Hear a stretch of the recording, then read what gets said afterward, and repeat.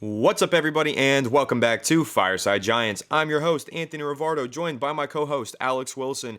And NFL Network had an interesting theory to propose here that the New York Giants could be a landing spot for all-pro cornerback Jalen Ramsey. Now, if you don't know, the Los Angeles Rams are trying to free up a lot of salary cap space. They have a lot of money tied up into some big-name players. They cut Bobby Wagner last week, and now they're reportedly having trade talks surrounding Jalen Ramsey. So, Adam Sheen of NFL Network says that maybe the Giants should get involved in these trade talks and try and land the all-pro cornerback this offseason. Now, there's a lot of pros and cons to dive into with a potential Jalen Ramsey trade. We know one of the best cornerbacks in the NFL, arguably the best outside cornerback in the NFL, but he gets paid like it. He has a huge cap hit for this upcoming 2023 season, so if the Giants want to trade for him, they're going to have to cough up some dough. So we're going to go ahead and dive into the potential of a Jalen Ramsey trade and discuss that right here on Fireside Giants, but make sure to leave a like if you do enjoy this episode and subscribe to the channel if you are new. But without further ado, Alex, how are you doing today, and what are your thoughts on a potential trade for Jalen Ramsey?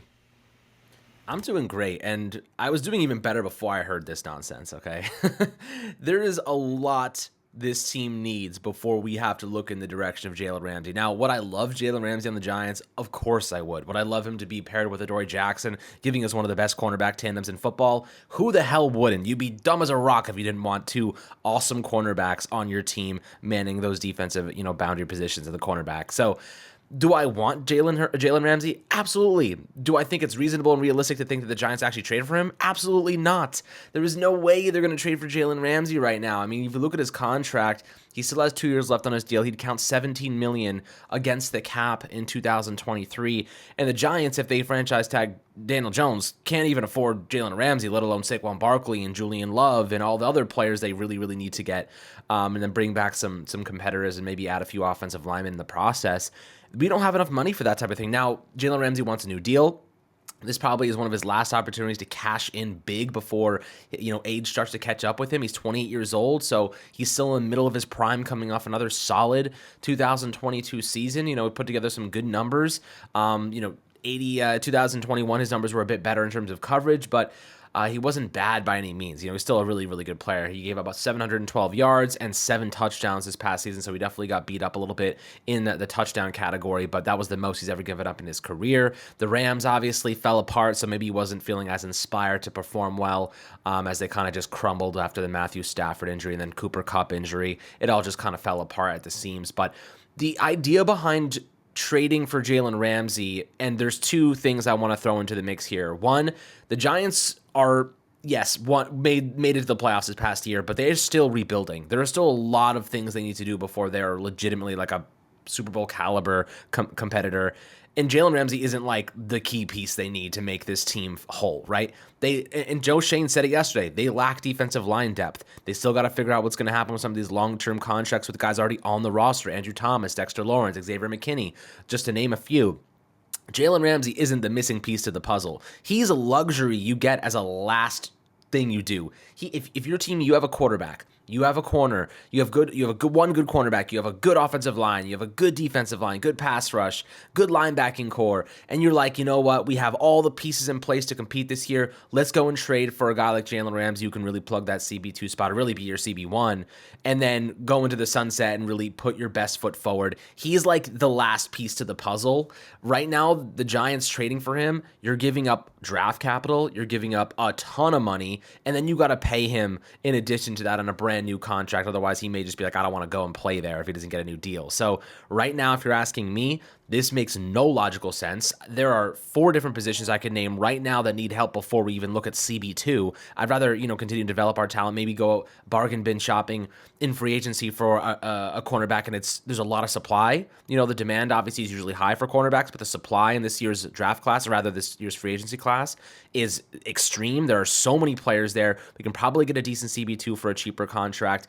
You don't need to go and trade for Jalen Ramsey. If we're going to trade for anyone and pay anybody, it should be a wide receiver 1, because right now we need to do everything we can to help Daniel Jones. That defense played above expectations, but so did the offense in some regard. I would like to see them address wide receiver. I would like to see them address linebacker before they even look in the direction of adding a player like Jalen Ramsey to a secondary. They have so many other needs. Stopping the run was our biggest issue last year. It wasn't stopping the pass. So going and getting an LB1, a David Long, you could probably get 2 starting linebackers for the price of Jalen Ramsey. You could get a David Long and Tremaine Edmonds. You can get a David Long and a Bobby Wagner for the price of Jalen Ramsey. And I would say that's a lot more impactful than getting one great cornerback who kind of struggled in some categories last year, Anthony. So when you're looking at this, what do you think the pros and cons are? I think there obviously are pros to getting him, but he's like the last piece. In my opinion, you go and you trade for a guy like this. If he's the last piece of the puzzle, the Giants are far from that. Yeah, I mean, I think you hit on a lot of the negatives, so I'm going to try and get into some of the pros because I do think there is an upside to potentially trading for a guy like Jalen Ramsey. Of course, you mentioned that he was still really good this past season. Yes, he did let up more touchdowns than usual, but he also set career highs in combined tackles and career highs in passes defended. So, was still a super active player, 3-time All-Pro, made the Pro Bowl this season. Jalen Ramsey is still arguably the best outside cornerback in the NFL. And I think the biggest pro for me with Jalen Ramsey potentially being a New York Giant is the fact that look at Wink Martindale's defensive scheme, what he likes from his cornerbacks. He wants physical, outside guys who can jam a receiver at the line of scrimmage. There's no one in the NFL that does that better than Jalen Ramsey. He is a perfect scheme fit for the New York Giants defense, but at the wrong price. Now, the Giants would love to go into the NFL draft, find the guy who does everything that Jalen Ramsey does on a rookie contract, but that's not easy to do. It's way easier said than done to find the cornerback talent of Jalen Ramsey's caliber. Again, Ramsey being maybe the best cornerback in the NFL. And I think that when you look at it, and you look at what the Giants had in 2022. CB1 was an issue when Adoree Jackson went down because they don't have a true CB2 on their roster. They signed Adoree Jackson for him to be a CB2 a couple seasons ago opposite of James Bradberry. But of course, Jackson, now that Bradberry has departed, is our CB1. So I would really love a scenario. I mean, I think it would be incredible to see a scenario where Jalen Ramsey is your CB1 and Adoree Jackson is back in that CB2 position and thriving. I do think that could be arguably the best tandem of cornerbacks in the NFL. I think Adoree Jackson is a really solid player. I love what he brings to the Giants defense in terms of press man coverage, and I think that Jalen Ramsey would just take that to the next level. Ramsey, again, best press man corner in the NFL. Those two would be able to run the Wink Martindale system to a T, to perfection. So I really like that idea, and the more I think about it, the more I get excited about it. But you did mention the Giants have some big extensions to hand out. Right now, Joe Schoen is at the Combine having daily meetings with Daniel Jones' representatives. Reportedly, they're making a lot of progress. They're getting a lot closer to a deal. However, they also have a second deal to try and get done, right? Joe Schoen has to focus on Saquon Barkley once he gets the Daniel Jones deal done, and the Giants only have 2 weeks to get all of this done. The start of the new league year is on March 15th, so that's 13 days that the Giants have to get these deals done before these players hit free agency. Then again, the Giants want to improve on some of these positions. How do they improve the interior of the offensive line when you trade for Jalen Ramsey, who has a $20 million cap hit? I don't think you can. I think really what the Giants would do if they traded for Jalen Ramsey, they would acquire him, extend Daniel Jones, and then they're just about done for the offseason. Not really much left to do, because also keep in mind the Giants are going to have 11 picks in this year's draft. That means they need to set aside somewhere between $10 and $15 million just to sign their draft class. So the Giants have a lot of money available to them this offseason. They have the 4th most cap space in the NFL, but that money is drying up really, really fast when you look at it. Because again, $15 million of it goes to the draft class. $30 million of it maybe goes to Daniel Jones, especially if they have to end up franchise tagging him. It's a full $32 million guaranteed cap hit that eats up right there probably, 80% of the salary cap space that the Giants have this offseason. I mean, if you are forced to franchise tag Daniel Jones, then it becomes contractually impossible for the Giants to fit Jalen Ramsey underneath their salary cap. So, again, Ramsey, tremendous talent. I would love to see him in Big Blue, but the money just doesn't make sense. Because another thing, Alex, and I know you could probably talk about this, Dexter Lawrence, Xavier McKinney, all these other guys who have contracts coming up, Andrew Thomas, there is a lot of money that the Giants have available to them this offseason, but these next few offseasons, they have a lot of players that they need to extend. So, again, just speaking about the financial responsibilities that Joe Schoen has to this roster, I have to assume that you would agree it would be pretty irresponsible for him to go out there and acquire a guy with a big contract like Jalen Ramsey. There's just more needs right now. You know what I mean? Like, we have so many other needs than CB2. We need receivers. We need to figure out center, left guard. We need to figure out linebacker. We need more defensive line depth. We're not a superstar cornerback away from a championship, my friends. And I wish we were. Guys, if we were that close to a championship, I'd be like, go for it. Go and trade for Jalen Ramsey. Get yourself a CB2 that is elite. And, he'd probably be better than Adoree Jackson, if we're being honest here. That would change everything. Talk about elevating your defense. That's a great way to do it. We're not there yet, right? That money, $17, $20 million per season that Jalen Ramsey's going to get, you can get 2 starting linebackers there. You could get a starting linebacker and a starting CB2 for that price. So you get two birds for the price of one. I just don't really understand where this logic is coming from. I don't understand why this even was brought up, or it was, mustered by whoever, Adam Sheen, I believe it was. So I don't really think this makes any sense for us. If anything, we should be talking about wide receiver 1.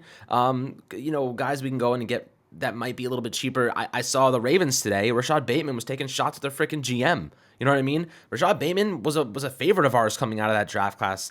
Out of I forget where was it, Minnesota or something like that?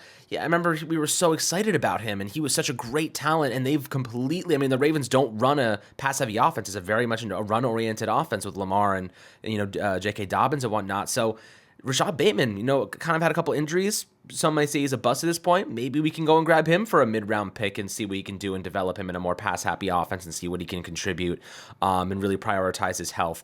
Maybe there's other opportunities for us that are cheaper, that aren't going to cost us an arm and a leg, like Jalen Ramsey is, and that can really contribute towards Daniel Jones' success. If you're watching the championship games, if you're watching the Super Bowl, if you're watching the AFC, NFC championship games, you see that offense ends up winning these games a lot of times. Patrick Mahomes' ability to score at will ultimately wins them games. They don't even need a freaking defense to win the football games if you're Patrick Mahomes. He just scores every freaking time. Josh Allen, when he's playing at the peak of his game, they can score every freaking time. Joe Burrow, same thing.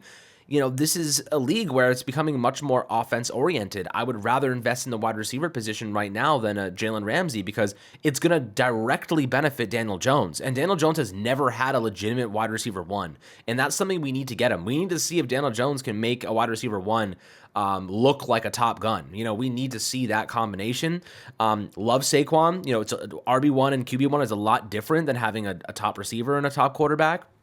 Or rather a quarterback who, obviously is going to be on a big contract. So right now, if you were looking at how they could allocate this money, these financial resources, where would you rather put this money? If you're going to go and trade for Jalen Ramsey, it's going to cost you draft capital and money. Where would you rather put this as a priority?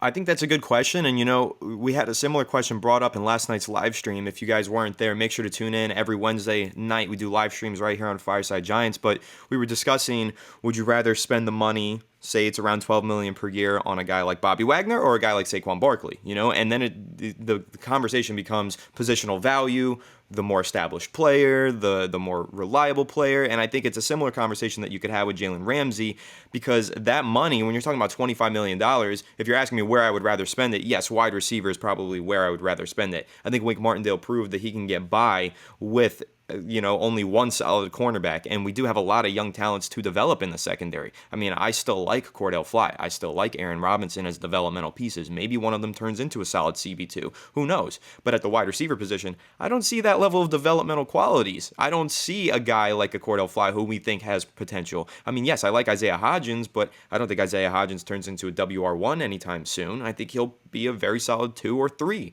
And I think that when you look at the free agents that the Giants have in the wide receiving core, Darius Slayton's likely gone, Richie James likely gone, Sterling Shepard might not come back. So the Giants need to revamp that entire offensive playmaking unit. And Saquon Barkley might not even be back, and he was a huge part of the Giants receiving game out of the backfield. So they need to do a lot of work on the offensive side of the ball. So when we're talking about priorities and where I would rather spend this money, yeah, when you look at a guy like a T. Higgins or a Brandon Ayuk, one of these receivers that could be on the trade block, I'd like to see the Giants throw the money that way. I'd like to see them go out there and find the guy that they think can be their number 1 wide receiver. Hell, even a guy like an OBJ is a solid number 2, and then you find your number 1 receiver in the draft. That makes more sense to me than spending a boatload of money on a CB1 when you already have a CB1. Now, again, having a CB1 in Ramsey and a CB2 in Jackson sounds amazing, but that's kind of like a luxury. And I don't know if the Giants, like you said, are one piece away, and I don't think they're in position to be overpaying for a luxury in their secondary. I think that they need to spend money and pay up to get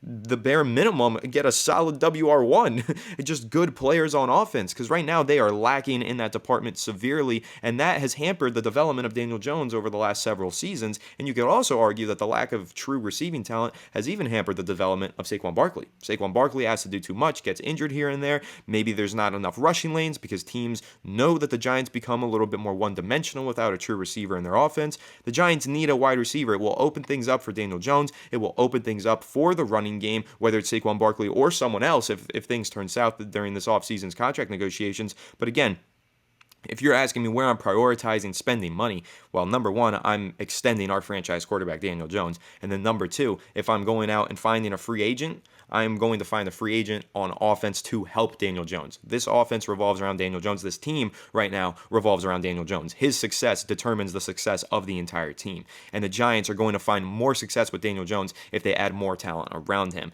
And I don't think that Jalen Ramsey necessarily correlates to the success of Daniel Jones. But trading for a wide receiver like T. Higgins or Brandon Ayuk, that does correlate to the success of Daniel Jones. So I would much rather invest that money in a true playmaker to help Daniel Jones become one of the best quarterbacks in the NFL.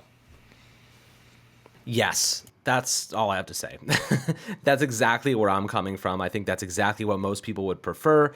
Obviously, getting DJ into the right mindset, getting him the necessary talent to really expand upon his strengths, that is the necessity. That's the priority this offseason, guys. It always has been. Jalen Ramsey is an afterthought, in my opinion. You gotta start bolstering this offense before even thinking about going after another corner. That's just, I feel like that's basic logic. But guys, I think you're on the same plane as us. I would love to hear any alternative thoughts. But Anthony, I'll let you wrap it up here because you've been kicking some serious ass doing these outros. Thanks, man. And I will say, playing a little bit of devil's advocate, they do say the defense wins championships. So maybe it would be more valuable for a guy like Jalen Ramsey. But again, I think that we really explained why a wide receiver would be far more important. And I do think that most Giants fans are going to share the same opinion as us. But I want to hear those opinions down below in the comment section of this episode. And please make sure to leave a like if you did enjoy this episode of Fireside Giants, and subscribe to the channel if you are new. We've got plenty great New York Giants content coming your way throughout this offseason, rolling into the regular season. And we can't wait to discuss every topic you can ever dream of right here on the channel. So again, make sure to subscribe and ring the bell so you don't miss an episode. Ding. That's right, Alex. We'll catch you all on the next one. Have a good one, and let's go Giants.